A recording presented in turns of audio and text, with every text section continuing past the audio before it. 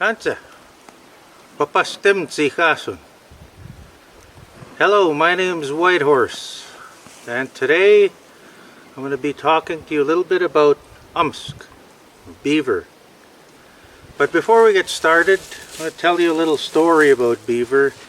And this story has been passed down from generation to generation. And thankfully it was passed down to me, so I'm going to share it with you now. Now this story is all about and Trickster. So right now, unfortunately, I can't say the name of Trickster because the snow has left the ground, and we are taught that as soon as the snow is gone, we're not to say his name. So we'll just call him Trickster. But Trickster on this particular day, as Trickster always did, he was out, and usually he got into a little bit of trouble. And on this particular day, he was thinking to himself, I wouldn't mind seeing what tastes like, seeing what the beaver tastes like. He's got a pretty big body and he's kind of fat, so I think I'm gonna see if I can hunt me up a beaver and throw him in my stew pot, try it out. So Trickster started following the beaver dams and going to where was eating, just like here. And wherever he saw, anywhere where there was signs of around, he decided to stop there and wait. However, of course, back then, all the animals, they talked to each other. And the muskrat had heard about Trickster going out and gonna go try and kill a beaver. So of course, didn't like this one bit, and was pretty powerful. So talked to Wachask and told Wachask, I know Trickster is gonna go hide behind that pile of willows there, where you said that he was gonna be waiting for me by where my beaver run is there. I want you to go there, and when I come swimming out of the water, sneak behind Trickster there and bite him in the butt as soon as I pop out of the water.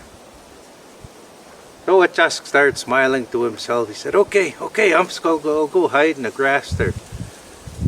So Wachask went sneaking around to where Trickster was hiding behind the willows, and very quietly he snuck up behind Trickster and he got ready. So along came he was swimming in the water, dove under, popped his head up, and he was about to come up his beaver run. And just then Trickster was standing there with a spear, just ready to stab And just as he put his arm back and he was going to stab, Wachask bit him right in his butt really hard. Oh, Trickster jumped up. Ouch, Wachask, what are you doing? And Wachask just still kept trying to bite at his butt there, chasing Trickster around, and finally Trickster just took off running. Well, Beaver wasn't too happy with this. So he called a meeting of all the beaver, and he told them, we're going to have to do something about this Trickster. Now he's hunting us for food, so let's do something about it. So all the beaver set to work that night, and they started building huge dams. All the water started backing up and everything was filling up. And soon after 3-4 days, on the 4th day, there was hardly any land anywhere.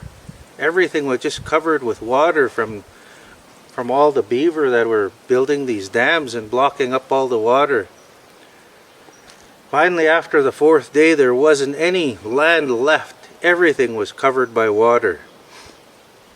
Now, Trickster had jumped onto this huge log and he made a huge raft of it. And a bunch of the animals were jumping onto this huge raft to get away from the water and try and stay alive. But the beaver continued, keeping the water going higher and higher until there was absolutely no land. There was nothing but water around. Now we're told that this story leads on to another story all about Wachask. But that's another story. But now you know the story of and Trickster. Uksamaga.